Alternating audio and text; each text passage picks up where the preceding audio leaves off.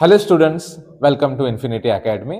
मागच्या व्हिडिओमध्ये सांगितल्यासारखं आपल्याला काय करायचं रे बेटा, आता जोराने जोमाने अभ्यासाला लागायचं. करेक्ट. आता सर तुम्ही म्हणताल अभ्यासाला लागायचंय, पण सुरुवात कुठून करायची? तिथंच संपलं होतं आपलं.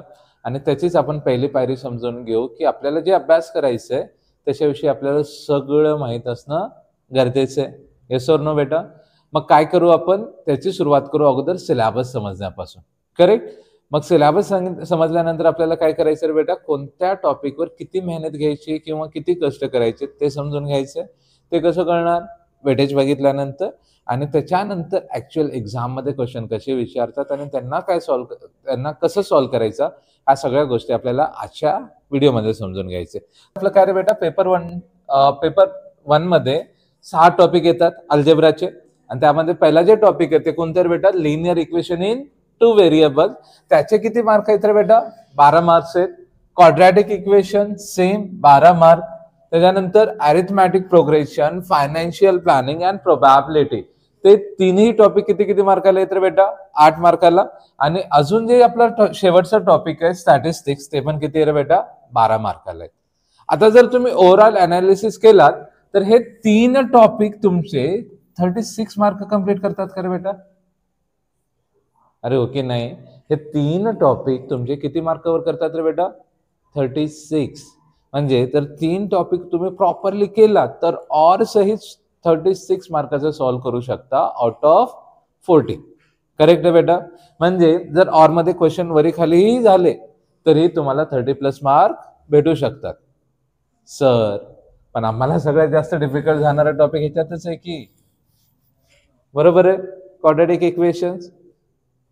त्यासाठी आपला व्हिडिओ येईलच, पण तरी त्यासाठी सांगतो की आपल्याकडे 2-3 टॉपिक आहेत ना. फायनान्शियल टॉपिक लेंदी आहे, सगळ्यात शेवटी करा. पण अरिथमॅटिक प्रोग्रेशन अँड प्रोबॅबिलिटी काही प्रॉब्लेम आहे का बेटा? नाही. ते दोन्ही 16 मार्काला आहेत. म्हणजे हे 2 24 आणि हा 16, 40 मार्क होऊन जातात बेटा.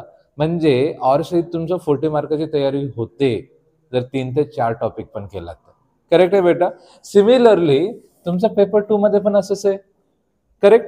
पेपर 2 मध्ये तुम्हाला काय काय दिलं रे बेटा? 7 टॉपिक आहेत. आता 7 टॉपिक मध्ये कोणकोणते येणार? Similarity, Pythagoras theorem, circle, geometric construction, coordinate geometry, trigonometry and mensuration. इथपर्यंत काही डाऊट नाही. आता सगळ्यांचं वेटेज काय बघा. सिमिलॅरिटी किती मार्काला विचारते रे बेटा? 10 मार्काला. त्याच्यानंतर सर्कल आहे 12 मार्काला आणि मेन्सुरेशन येतो 10 मार्काला. करेक्ट आहे?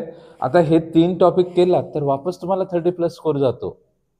म्हणजे 35-30 स्कोर करणं काहीच अवघड नाहीये बेटा. तुम्ही जर प्रॉपर प्लॅनिंग नुसार गेलात ना, एकदम असं चिल्लर गोष्ट आहे 30 मार्क्स घेणं. करेक्ट. वापस इथं एक वाटत असेल की सर जसं क्वाड्रॅटिक इक्वेशन आहे त्याच्यापेक्षा घाण तर सर्कल आहे. सोडून द्या सध्याला, बाकीचे इझी टॉपिक करा. सर्कलसाठी आहे ना मी, देतो तुम्हाला एक 1 शॉट. करेक्ट. मग तिथं काही प्रॉब्लेम येणार नाही आपल्याला. आपण सर्कलचा एक 1 शॉट घेऊ, क्वाड्रॅटिक इक्वेशनचा एक 1 शॉट घेऊ. आणि अजून एक ज्याच्यात आपल्याला कन्फ्युजन होतं बेटा, काय? मेन्सुरेशन. मेन्सुरेशन मध्ये फॉर्म्युला आठवत नाहीये. करेक्ट. मग आठवायचे पण नाहीयेत, रट्टा मारत बसायचेच नाहीये बेटा. सगळे जर तुम्ही कॉन्सेप्च्युअल घेतलात ना, तुम्ही फॉर्म्युले स्वतः तयार करतात. तुम्हाला सर्कलचा फॉर्म्युला येतो, एरियाचा फॉर्म्युला, सर्कलच्या एरियाचा फॉर्म्युला येतो, रेक्टँगलच्या एरियाचा येतो, ट्रायंगलच्या एरियाचा येतो. बस एवढे फॉर्म्युले आले तरी तुम्ही कोणत्याही टाईपचे फॉर्म्युले तयार करू शकता. कळालं? म्हणजे ओव्हरऑल ह्या सिलेबस आणि वेटेज मधून काय करायचं बेटा, आता जेवढे दिवस उरले त्या दिवसात पण आपल्याला आउट ऑफ मार्क्स भेटू शकतात. करेक्ट. त्यासाठी फक्त आणि फक्त प्रॉपर स्ट्रॅटर्जी वापरली पाहिजे. काय वापरली पाहिजे बेटा? फक्त आणि फक्त प्रॉपर स्ट्रॅटर्जी. कळालं? बघा, आता सिलेबस समजून घेतलात, पण सिलेबस समजून ऍक्च्युअल क्वेश्चन कसे येतात तेच माहित नसल्यावर काय करणार आहात का बेटा? मग आता जे उरलेले दिवस आहेत त्याच्यामध्ये तुम्ही प्रत्येक टाईपचं क्वेश्चन बार बार तेच सॉल्व्ह करत बसायचं नाहीये. आपल्याला थोडंसं डोकं लावावं लागेल आणि कधी कोणत्या टाईपचे क्वेश्चन विचारतात, त्यांचं आन्सर कसं लिहितायत ते समजून घ्यावं लागेल. मग आपण सुरुवात करू आता पेपर पॅटर्नला समजून घेण्यासाठी. करेक्ट. आता पेपर पॅटर्न समजताना आपल्याला काय कळतो रे बेटा? सगळ्यात अगोदर आपला जे पेपर आहे ते किती मार्काचा येतो? 40 मार्काचा. आणि ते लिहिण्यासाठी आपल्याकडे 2 टाइम आहेत. बक्कळ टाइम आहे बेटा, खूप जास्त टाइम आहे, बरोबर आहे ना. आता जसं की तुम्ही कॉम्पिटेटिव्हची तयारी केला, तुम्हाला तिथं काय होतं बेटा, 100 क्वेश्चन सॉल्व्ह करण्यासाठी 100 मिनिटं भेटत होतं, म्हणजे एका मिनिटात एक होतं, तिथं आपण पळत होतो. करेक्ट. पण इथं पळायचं नाहीये, इथं प्रॉपर तुम्हाला एवढं जास्त टाइम दिलेलं आहे ना, तुम्ही निवांत पेपर लिहून दोनदा चेक करू शकता. कळालं. मग घाई गडबडीत सिली मिस्टेक अजिबात करायचे नाहीयेत. कळालं. काय डाऊट आहे? इझी आहे ना बेटा. म्हणजे काय आहे की सिंपल, आपल्याला काय 40 मार्कासाठी 2 तास आहेत, एकदम आरामशीर होऊन जाते. करेक्ट. मग बघा, आता ह्याच्यात लिहिलेले काय आहेत की जेवढे तुम्हाला क्वेश्चन्स दिलेले आहेत ते सगळे कंपल्सरी आहेत असं वरी म्हणतो, पण त्याच्यामध्ये आपल्याला इंटरनल चॉईस दिलेत. काय रे बेटा? इंटरनल चॉईस दिलेले, म्हणजे त्याच क्वेश्चन मध्ये तुम्हाला चॉईस आहे की जिथं तुम्ही काय करू शकता बेटा, ऑप्शनल वाला चूज करू शकता. करेक्ट. त्याच्यानंतर काय, हे जे मार्क, हे जे नंबर्स लिहिलेले आहेत ना ते मार्क्स आहेत. हे जे नंबर्स लिहिलेले आहेत ते काय तर बेटा मार्क्स आहेत. कळालं. आणि पहिल्या क्वेश्चन साठी त्याने एक स्पेशल इन्स्ट्रक्शन दिलेलं आहे. आता हा जे आपला पहिला क्वेश्चन आहे ते कोणत्या टाईपचा क्वेश्चन आहे बेटा? एमसीक्यू आहे. That means multiple choice question आहे. एका क्वेश्चनला खूप सारे ऑप्शन दिलेले आहेत. करेक्ट. आता त्यांचं म्हणणं असं आहे की तुम्ही हा ज्या क्वेश्चन सॉल्व्ह करताय त्याचा आन्सर लिहिताना तुम्ही प्रॉपरली लिहा, काटछाट करायचं नाहीये. तुम्ही काटछाट केलं तरी पहिलाच आन्सर बघितलं जाईल, दुसरा लिहिलेलं क्रॉस चेक होणार नाहीये. त्याने इथं प्रॉपर मेन्शन केलंय. कळालं बेटा? म्हणजे मग आन्सर लिहिताना प्रॉपर करायचं, काटछाट करायचं नाही. येत नसेल तर थोडं थांबा, त्याच्यानंतर वापस बघून लिहा. कळालं. चुकीचा आन्सर लिहून वापस करेक्ट केला तर पहिल्या क्वेश्चन मध्ये चेक होणार नाहीये. लक्षात राहील बेटा. बघा, आता पॅटर्न समजून घेऊ. हा जे आपला पहिला क्वेश्चन आहे त्याच्यामध्ये काय असतात तर बेटा 4 एमसीक्यू विचारलेले असतात आणि चारीच्या चारी काय तर बेटा आपल्याला कंपल्सरी आहे. करेक्ट. त्याच्यानंतर पहिल्यामधलं जे सेकंड क्वेश्चन आहे त्याच्यामध्ये काय करायचं बेटा, तुम्हाला क्वेश्चन सॉल्व्ह करायचे आणि प्रत्येकी किती मार्काचा आहे बेटा? 1 मार्काचा क्वेश्चन आहे, म्हणजे इच क्वेश्चन ऑफ 1 मार्क. लक्षात राहील. आता 1 मार्काचा क्वेश्चन असला तरी तुम्ही थोडंसं काळजी घ्यायचंय. आपण काय करतो, 1 मार्काला डायरेक्ट आन्सर लिहिलं तर काय होतं? चालत नाही. तिथे पण तुम्हाला काय करावं लागेल बेटा? प्रॉपर स्टेप मेन्शन कराव्याच लागतील. करेक्ट. नाहीतर अर्धा अर्धा मार्क गायब होईल. करायचं का आपल्याला? गायब नाहीये. म्हणजे आपल्याला काय करावं लागेल, हा 1 मार्काचा क्वेश्चन असला तरीही आपलं जे सगळं आन्सर आहे ते स्टेप वाईज आलंच पाहिजे. लक्षात राहील बेटा. त्याच्यानंतर क्वेश्चन नंबर 2 हा असतो ऍक्टिव्हिटी बेस. करेक्ट. आता ह्याच्यात काय म्हटलं रे बेटा, एनी 2 सॉल्व्ह करायचे आणि टोटल मार्क किती आहेत? 4. म्हणजे प्रत्येकी किती मार्काचा क्वेश्चन आहे बेटा? 2 मार्क्स. करेक्ट. आणि हे जे ऍक्टिव्हिटी तुम्ही बघितलात मॅक्सिमम तुमच्या पुस्तकाच्या खाली दिसतील. करेक्ट. म्हणजे 2 मार्काचे जे ऍक्टिव्हिटी आहेत ते खूप इझी येतात. प्रॉपर तुम्ही जर स्टेप बाय स्टेप सॉल्व्ह करत गेलात तर काहीच अडचण येणार नाही. अभ्यास केलेला नसेल तरी तुम्हाला एवढे सारे हिंट दिलेत ना, तुम्ही आपोआप ते करत जातात. लक्षात राहील बेटा. मग याची थोडीशी प्रॅक्टिस जास्त करायचं. कळालं. मग त्याच्यानंतर त्याचा बी जे क्वेश्चन आहे ते काय रे बेटा, एनी 4 सब क्वेश्चन सॉल्व्ह करा म्हटलात आणि हा पण किती आहे? 2 मार्काचा क्वेश्चन आहे. म्हणजे बघा, क्वेश्चन नंबर 1 1 मार्कासाठी, क्वेश्चन नंबर 2 2 मार्कासाठी. सिमिलर वे क्वेश्चन नंबर 3 किती मार्कासाठी असेल रे बेटा? मग 3 मार्कासाठी. आणि त्याच्यातला पहिला क्वेश्चन वापस आपल्याला ऍक्टिव्हिटी बेस आहे, पण हे जी ऍक्टिव्हिटी आहे as compare to your question number 2 थोडीशी लेंथियर असते किंवा डिफिकल्ट वाली असते. करेक्ट. आता ह्याच्यासाठी पुस्तकाच्या खालच्या पेक्षा जे क्वेश्चन बँक प्रोव्हाइडेड केलेली ना ते जास्त सॉल्व्ह करा. कळालं. मग आता एक ऍक्टिव्हिटी झाली, त्याच्यानंतर काय असणार आहे बेटा? मग एक सब्जेक्टिव्ह क्वेश्चन असेल. बरोबर आहे. मग इथे काय रे बेटा 2 सब क्वेश्चन्स दिलेले आहेत आणि वापस कितीला आहेत? 3 मार्काला. म्हणजे तुमचा 3 मार्काचा क्वेश्चन काय रे बेटा? क्वेश्चन नंबर 3 पण किती मार्काचा असतो? 3 मार्काचा. क्वेश्चन नंबर 4 ऍक्टिव्हिटी प्रोव्हाइडेड नाही. आता हे जे क्वेश्चन आहेत ते थोडेसे लॉंग आन्सर टाइप मध्ये असतात ना, त्या टाइप मध्ये इथं तुम्हाला थेरम विचारू शकतो, ग्राफ ड्रॉ करायला विचारतात किंवा सायमल्टेनियसली इक्वेशन सॉल्व्ह करायला विचारतात. थोडंसं लेंथियर टाइप मध्ये असतो. कळालं. मग इथं लिहिताना आन्सर तुम्हाला प्रॉपर स्टेप वाईज लिहिणं गरजेचं आहे. मग इथं काय रे बेटा 4 4th क्वेश्चन मधले 2 सॉल्व्ह करायचे. हा किती मार्काला आहेत? 8 मार्काला, म्हणजे प्रत्येकी किती मार्काचं क्वेश्चन झालं बेटा? 4 मार्क्स.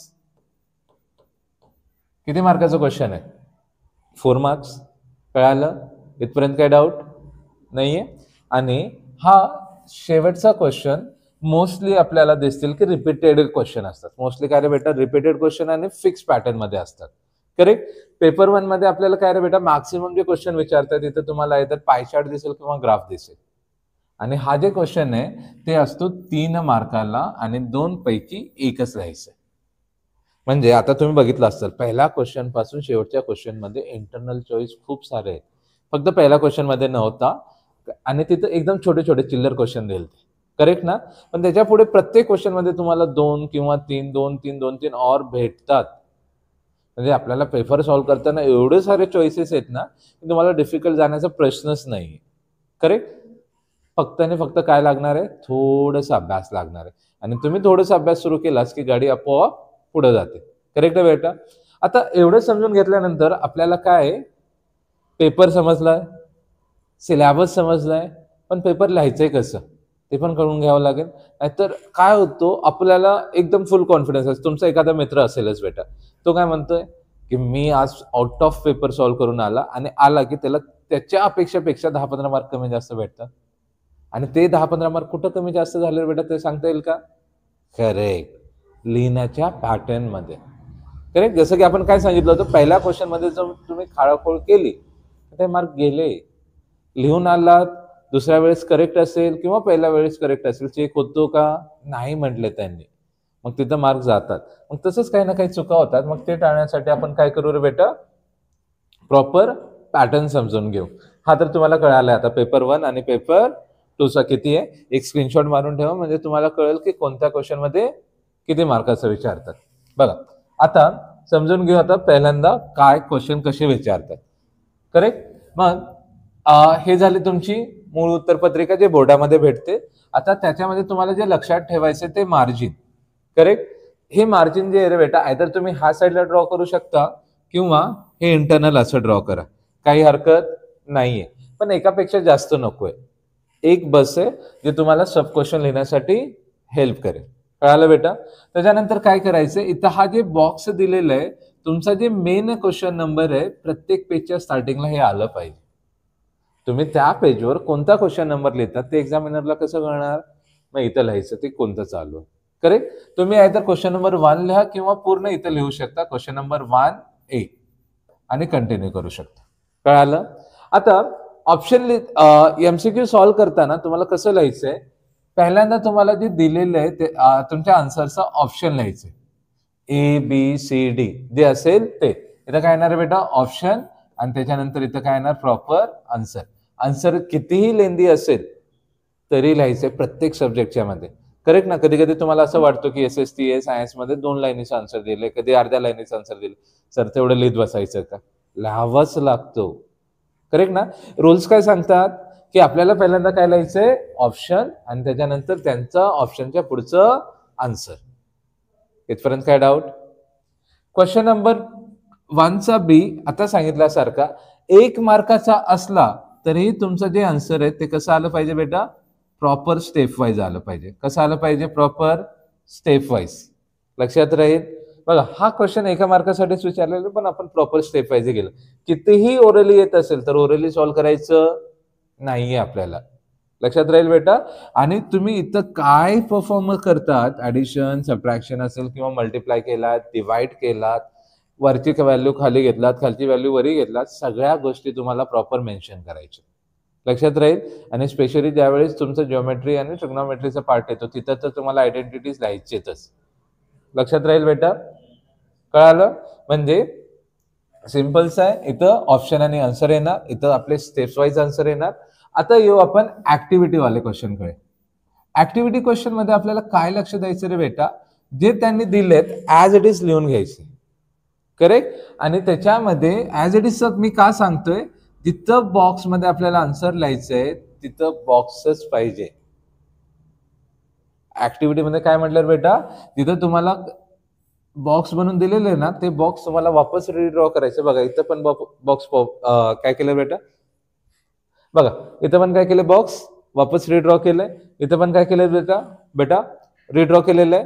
म्हणजे आपल्याला ऍक्टिव्हिटी लिहिताना जिथं जे व्हॅल्यू विचारलेले आहे तिथं आपल्याला बॉक्स करणं गरजेचं आहे. जसं फिल इन द ब्लँकला तुम्ही अंडरलाईन करत होता ना, तसं same fill in the blank सारखंच आहे, पण इथं काय दिलं बेटा बॉक्स दिलेलं आहे, म्हणजे त्याला बॉक्स करायचं. कळालं? छोट्या छोट्या गोष्टी आहेत जे मार्क वाढवतात. मग हे 3 टाईपचे क्वेश्चन कळाले. त्याच्यानंतर आपल्याला थोडेसे मोठे क्वेश्चन येतात. आता मोठे क्वेश्चन आले की तिथं तुम्हाला जर प्रूफ दॅट असेल किंवा काय फाइंड करायचं ते दिलेले ते प्रॉपर मेन्शन करायचं. सगळ्यात पहिल्यांदा काय लिहायचं बेटा गिव्हन डेटा. कळालं? गिव्हन डेटाला मार्क्स नाहीयेत सेपरेटली, पण ज्यावेळेस तुमची वर्स्ट कंडिशन असेल ना ते कन्सिडर करतात, अर्धा मार्क 1 मार्क तरी देतात. लक्षात राहील. त्याच्यानंतर आपल्याला काय लिहायचं बेटा टू फाइंड.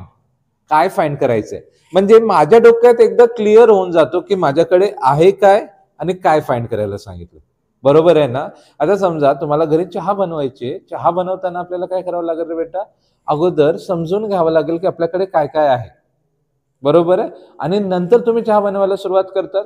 नाहीतर असं केलं तुम्ही पातेलं ठेवलंय आणि आज कळालं फ्रीजमध्ये दूधच नाही, मग चहा बनणार आहे का? मग त्याचं काहीतरी अल्टरनेट करावं लागेल. तुम्हाला ब्लॅक कॉफी बनवायचे किंवा ब्लॅक टी बनवायचं असं डोकं लावावं लागेल ना. आणि ते कळण्यासाठीच कोण आहे गिव्हन डेटा आहे. गिव्हन डेटा लिहिलात की तुम्हाला एकदा आयडिया येऊन जाईल की आपल्याकडे काय आहे आणि काय नाहीये. टू फाइंड म्हणजे आपल्या डोक्यात क्लिअर होईल की आपलं काय म्हणतात बेटा शेवटची स्टेप काय.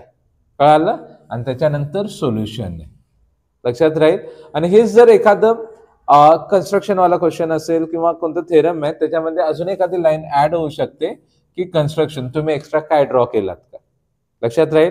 म्हणजे काय काय होऊ शकतं बेटा, पहिला गिव्हन डेटा, त्याच्यानंतर टू फाइंड काय करायचंय, मग त्याच्यानंतर कन्स्ट्रक्शन्स आणि सोल्युशन. लक्षात राहील. आता सोल्युशन लिहिताना अजून आपण काय करू शकतो बेटा, थोडंसं प्रॉपर अरेंजमेंट करू शकतो. काय करायचं, जे इक्वेशन मला पुढे कामाला येणार आहे त्याला मी काय करेल बेटा बॉक्स करेल. आता हा दोघांना हेल्प करतो, एक्झामिनरला पण हेल्प करतो आणि आपल्याला पण हेल्प करतो. एक्झामिनर काय, मला जे व्हॅल्यू पाहिजे होते जर डायरेक्टली दिसत असेल तर मग बाकीचं चेक नाही करणार आहे, म्हणजे पेपर इझिली चेक होईल. बरोबर आहे. आणि आपल्याला कसं हेल्प होईल रे बेटा, आता ह्या 2 व्हॅल्यूची गरज आपल्याला इथं पडणार आहे. म्हणजे ते वापस इथून तिथपर्यंत हुडकत बसायचं का, काय नंबर दिले की कुठं दिले की कुठं आलंय की नाही आलंय, नाहीये. मग आपल्याला एकदम इझी पडेल की ते बॉक्सेस घ्यायचे आणि त्या बॉक्सेस मधूनच काय करणार आहे बेटा, मग आपण डायरेक्टली आन्सर लिहिणार. कळालं? त्याच्यानंतर आपल्याला काही क्वेश्चन मध्ये डायग्राम ड्रॉ करावे लागतात. आता ते डायग्राम तुम्ही आयदर रफ ड्रॉ करा किंवा फेअर ड्रॉ करा. करेक्ट ना? म्हणजे मेन्सुरेशन मध्ये इथं डायग्रामची गरज नव्हती. मी इथं जे डायग्राम ड्रॉ केलं ते कशी आहे रे बेटा, रफ आहे. ओके. आणि इथं काय रे बेटा, माझ्या थेरमसाठी हे लागणारी फेअर डायग्राम आहे. करेक्ट? म्हणजे हे विचारलेली डायग्राम आहे, आस्क आहे. दोन्ही डायग्राम ड्रॉ केलेत. आता दोन्ही डायग्राम मध्ये फरक काय रे बेटा, तिथं मी रफली ड्रॉ केलेली आहे, इथं मी परफेक्ट ड्रॉ केले with a scale and all this thing. पण दोन्ही डायग्राम मला पेन्सिलनेच ड्रॉ करायचे. कसे ड्रॉ करायचे बेटा, आपल्याला पेन्सिलने ड्रॉ करायचे. लक्षात राहील. त्याच्यानंतर आपल्याला काय लक्ष द्यायचंय की जे तुम्ही एक्स्ट्रा कन्स्ट्रक्शन केलं सांगितलेलं होतं ते काय लिहायचं बेटा, मेन्शन करायचंय. जे तुमचं फायनल आन्सर येईल किंवा फॉर्म्युला आहे त्यांना अंडरलाईन किंवा ब्रॅकेट करा. लक्षात राहील. इझी आहे. आणि लास्ट आपला सर्वात इम्पॉर्टंट वाटणारा काय रे बेटा, ग्राफ. हा येणारच फिक्स क्वेश्चन आहे. ह्याला सोडून पेपर कम्प्लीट होणार आहे का, नाहीये. आणि ग्राफ मध्ये आपल्याला जेवढं ओव्हर कॉन्फिडन्स असतो त्याच्या एवढं कशातच नसतो. आपण फुल सॉल्व्ह करून येतो आणि मार्क पूर्ण भेटतच नाही. आता इथं चुकतंय कुठं कुठं ते समजून घ्या. सगळ्यात महत्वाचं स्केल. जर तुम्ही स्केल लिहिलं नाही तर तुमच्या ग्राफला 0 मार्क पण देऊ शकतात, कारण की तुमची पायरीच नाहीये किंवा बेस नाहीये, पाया नाहीये, तर वरची बिल्डिंग होणार आहे का, नाहीये. म्हणजे स्केल प्रॉपरली लिहा की एक्स ऍक्सिस वर काय घेतलात, वाय ऍक्सिस वर काय घेतलात, हे रट्टा मारून जाऊ नका. हे जे आहे ना पुढे काय येणार आहे ह्या क्वेश्चन वर डिपेंड असतो. म्हणजे 1-2 क्वेश्चन वरून लॉजिक लावा की बाबा एवढा डिस्टन्स असेल तर किती युनिट घेणार, काय असणार. कळालं? त्याच्यानंतर जे तुम्ही एक्स ऍक्सिस आणि वाय ऍक्सिस ड्रॉ केला तिथं प्रॉपरली काही युनिट येत असतील तर युनिट ड्रॉ करा, म्हणजे काय मीटर दिलंय, डिस्टन्स दिलंय, काय दिलेलं आहे ते प्रॉपर मेन्शन करा. त्याच्यानंतर तुम्हाला लक्षात ठेवायचंय की जे तुमचे ऍक्सिस आहेत ह्या सगळ्यांना ॲरो असणं गरजेचं आहे, कारण की हे नंबर लाईन्स आहेत. लाईन सेगमेंट आहेत का? नाहीये. आणि लाईन इंडिकेट करण्यासाठी हे 4 ॲरो ड्रॉ करावाच लागतील. लक्षात राहील बेटा. आणि मधले पण जे तुम्ही लाईन ड्रॉ केलेत ना ते पण कसे पाहिजेत रे बेटा? परफेक्ट पाहिजेत, एकदम प्रॉपर. जे स्ट्रेट लाईन जात असेल तर स्ट्रेट कर्व, जे पण तुमचा नेचर असेल ते प्रॉपर, आणि जास्त खाडाखोड नसोय की बाबा असं एक लाईन ड्रॉ केला आणि इथून तिथपर्यंत पूर्ण काळाभोर करून टाकले. मार्क भेटतील का? नाही भेटणार, कारण की त्या एक्झामिनरला ते पॉईंट बरोबर प्लॉट झाले की कळायला पाहिजे. करेक्ट. म्हणजे आपल्याला हा सगळ्या गोष्टीवरून काय काय इम्पॉर्टंट पॉईंट लक्षात ठेवायचे बघा. पहिल्यांदा आपला जे टॉपिक वाईज कव्हर असेल ते कसं रे बेटा, थोडंसं प्रॉपर मॅनेजमेंट करायचं. करेक्ट. प्रॉपर मॅनेजमेंटचा अर्थ काय रे बेटा? मला थोडंसं लक्ष द्यायचं की इम्पॉर्टंट टॉपिक आधी घेईल. करेक्ट. सर इम्पॉर्टंट टॉपिक मी घेतोय पण मला अवघड वाटते, नको करूस, थोडंसं थांब अगोदर. मग काय करशील? इझी कर. पण माझं म्हणणं असं असेल की इम्पॉर्टंट टॉपिक तुम्ही जास्त केला तर 2 टॉपिकच्या स्टडीच्या ऐवजी 1 टॉपिक पण प्रॉपर केलात तुम्हाला तेवढेच मार्क भेटणार आहेत. म्हणजे जास्त लक्षात ठेवण्याची गरज नाहीये. दुसरा, मला जे क्वेश्चन भेटलेत कोणकोणते बेटा? क्वेश्चन 1, क्वेश्चन 2 आणि क्वेश्चन नंबर 3, हे तिन्हीच्या तिन्ही क्वेश्चन खूप इझी लेवलचे असतात. आणि ह्यांना प्रॅक्टिस करण्यासाठी तुम्हाला काय करायचं रे बेटा? बोर्डाने दिलेली क्वेश्चन बँक आणि आपल्या पुस्तकामधली एक्सरसाइज एवढंही केलात तुम्हाला 1, 2 आणि 3 मधले ऑलमोस्ट सगळे क्वेश्चन सॉल्व्ह होतील. करेक्ट बेटा. आता हे क्वेश्चन बँक तुम्ही सॉल्व्ह केला असेल तर ठीक आहे, नाहीतर आपण मिळून सॉल्व्ह करणारच आहेत. आणि तोपर्यंत तुम्हाला टॉपिक वाईज जर सॉल्व्ह करायची असेल तर मी डिस्क्रिप्शन मध्ये त्याची लिंक प्रोव्हाइड करतोय किंवा फाईल देतो डायरेक्टली, ते डाउनलोड करा आणि प्रॅक्टिस मस्ट आहे. करेक्ट ना बेटा. आणि आपल्याला जेवढं टाइम आहे ना त्याच्यामध्ये आपण क्वेश्चन बँक 2-3दा सॉल्व्ह करू शकतो, काही हरकत नाहीये. त्याच्यानंतर उरलं कोणतं बेटा आता आपला? Question number 4 and 5. हे क्वेश्चन मोस्टली PYQ टाईपचे असतात. मोस्टली कसे असतात रे बेटा? PYQ असतात. म्हणजे तुम्ही मागचे 4-5 क्वेश्चन पेपर पण सॉल्व्ह केला तर तुम्हाला एक आयडिया येऊन जाईल की हे क्वेश्चन कसे विचारतात, कुठपर्यंत त्यांची लेवल असते. आणि ह्या सगळ्या गोष्टी केलात ना ऑलमोस्ट 95% तुम्ही पेपर इझिली सॉल्व्ह करू शकतात. इझी म्हणजे इझी. आणि उरलेलं जे 5% आहे ना ते न्यू कॉन्सेप्ट असतील. आणि न्यू कॉन्सेप्ट म्हणजे काय की फक्त तुम्हाला पेपरमध्ये थोडंसं डोकं खाजवावं लागेल. आहेत ह्या सगळ्या क्वेश्चन्सला जर तुम्ही प्रॉपर जोडत गेलात ना उरलेले 5% आपोआप सॉल्व्ह होतो. ह्याला वेगळ्या अभ्यासाची गरज नाहीये. तुम्हाला अभ्यास करायचा 95%चा, 95% आला की ह्या 5% आपोआप होतो. बरोबर आहे बेटा. मग तुम्ही हे जर स्ट्रॅटेजी फॉलो केलात तर तुम्हाला एकदम इझी वे मध्ये पूर्णच्या पूर्ण काय बेटा 40 मार्क भेटून जातील. काय अवघड आहे का? आणि सेम तुम्ही पेपर 2 मध्ये पण लॉजिक लावणार आहात. वेगळं आहे का पेपर 2 आपल्यासाठी? नाहीये. ते स्टेप फॉलो करायचे. कळालं? आपण भेटू आता पुढच्या व्हिडिओमध्ये. त्याच्यामध्ये आपण काय रे बेटा तुम्हाला जे अवघड टॉपिक फील होतात ते कमेंटमध्ये मेन्शन करा. त्यानुसारच आपण काय करू बेटा, येणारा पुढचं जे व्हिडिओ सेशन आहे त्यानुसार आपण सुरुवात करू. एक क्वेश्चन बँकचं तर पूर्णचे पूर्ण सोल्युशन आपल्याला डिस्कस करायचंच आहे. करेक्ट. तर चलो, बेस्ट ऑफ लक. मग आता येणाऱ्या व्हिडिओमध्ये भेटू. चलो, बाय एव्हरीवन.